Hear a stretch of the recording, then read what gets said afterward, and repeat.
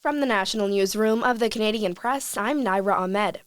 Newfoundland and Labrador has a new premier. John Hogan has won the provincial Liberal leadership contest, giving him the new title after a vote was released at the party's convention in St. John's. The former health minister picked up 77% of the points needed under the party's voting system and beat out rival John Abbott. The 47-year-old calls it an incredible honor to become the province's 15th premier. Hogan takes over from Andrew Furey, who announced in February he would step down as premier.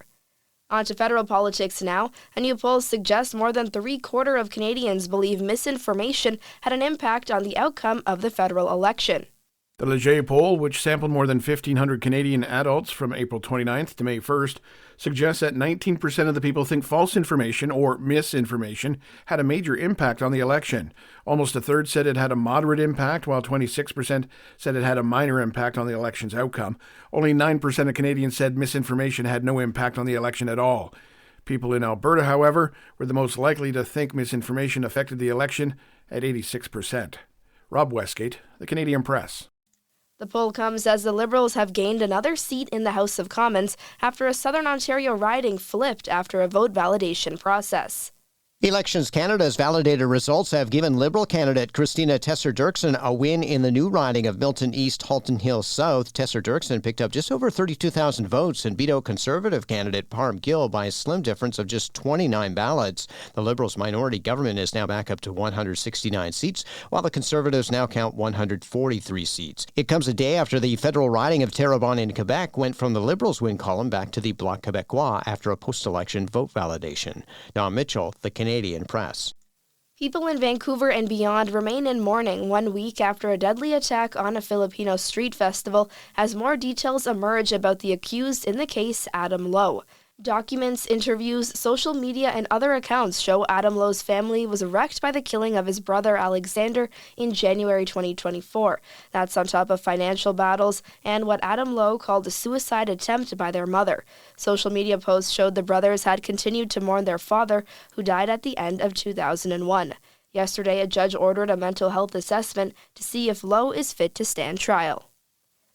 And in Manitoba, public health officials are warning of new measles exposure sites in 2 communities south of Winnipeg, including a medical center and an elementary school.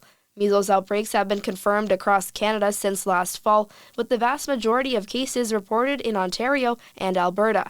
Meanwhile, health officials in Toronto are advising of a potential measles exposure at tourist attraction Ripley's Aquarium last week.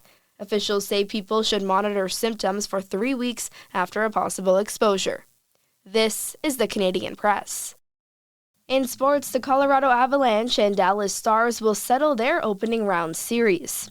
The 2 teams square off at the American Airlines Center with their best-of-7 set tied at 3 games each. The Avs forced the deciding contest with a 7-4 victory Thursday night. The St. Louis Blues and Winnipeg Jets are also headed to a 7th and deciding game. The Blues pushed the opening round series to the limit with a 5-2 home victory last night. Game 7 goes tomorrow night in the Manitoba capital.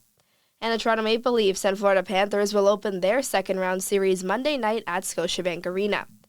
Also, it will be Canada versus Sweden in the final of the World Under-18 Men's Hockey Championship in Texas. And NBA playoff drama in Colorado. The Denver Nuggets host the Los Angeles Clippers in the deciding game of their NBA opening playoff series. James Harden had 28 points to lead LA to a 111-105 win Thursday night.